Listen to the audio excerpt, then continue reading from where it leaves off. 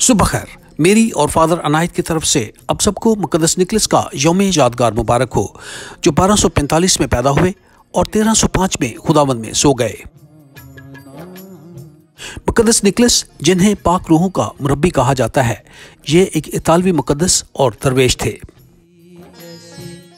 कहते हैं कि मुकद्दस निकलस बरज़ख में रूहों की वकालत का काम करते हैं। मुकद्दस निकलस बुनियादी तौर पर पासबान थे और ये गरीबों और जराइम पेशा अफराद के साथ काम करते थे। कहते हैं कि मुकद्दस निकलस ने एक बार एक बीमार को उस रोटी से शिफा दी जिस पर उन्होंने मुकद्दसा मरियम की सिफारिश से दुआ की थी। मुकद्दस निकलस तवील अलालत के बाद 1305 में खुदाबंद में सो गए।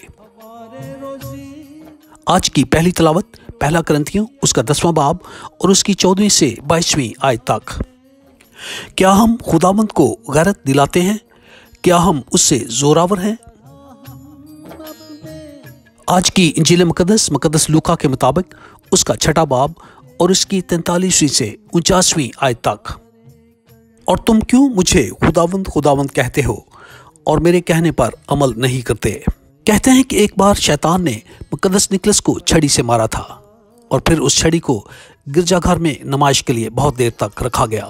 मुकद्दस निकलस, जो वेजिटेरियन या सब्जियां खाते थे, उन्हें एक बार तला हुआ परिंदा पेश किया गया और जब उन्होंने उस पर सलीब का निशान बनाया तो वो परिंदा उड़ गया। कहते हैं कि एक बार तूफान में फंसे 9 बहरी मुसाफिरों ने मुकद्दस निकलस से दुआ की और वो वहां पर जाहिर हुए और उन्होंने तूफान को रोक दिया।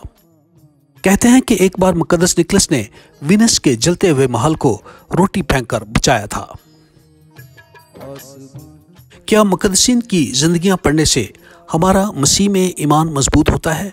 याद रखिए, खुदा हमें बहुत प्यार करता है और उम्मीद है कल आपसे दोबारा मुलाकात होगी। खुदा आपको बहुत बरकत दे। आमीन।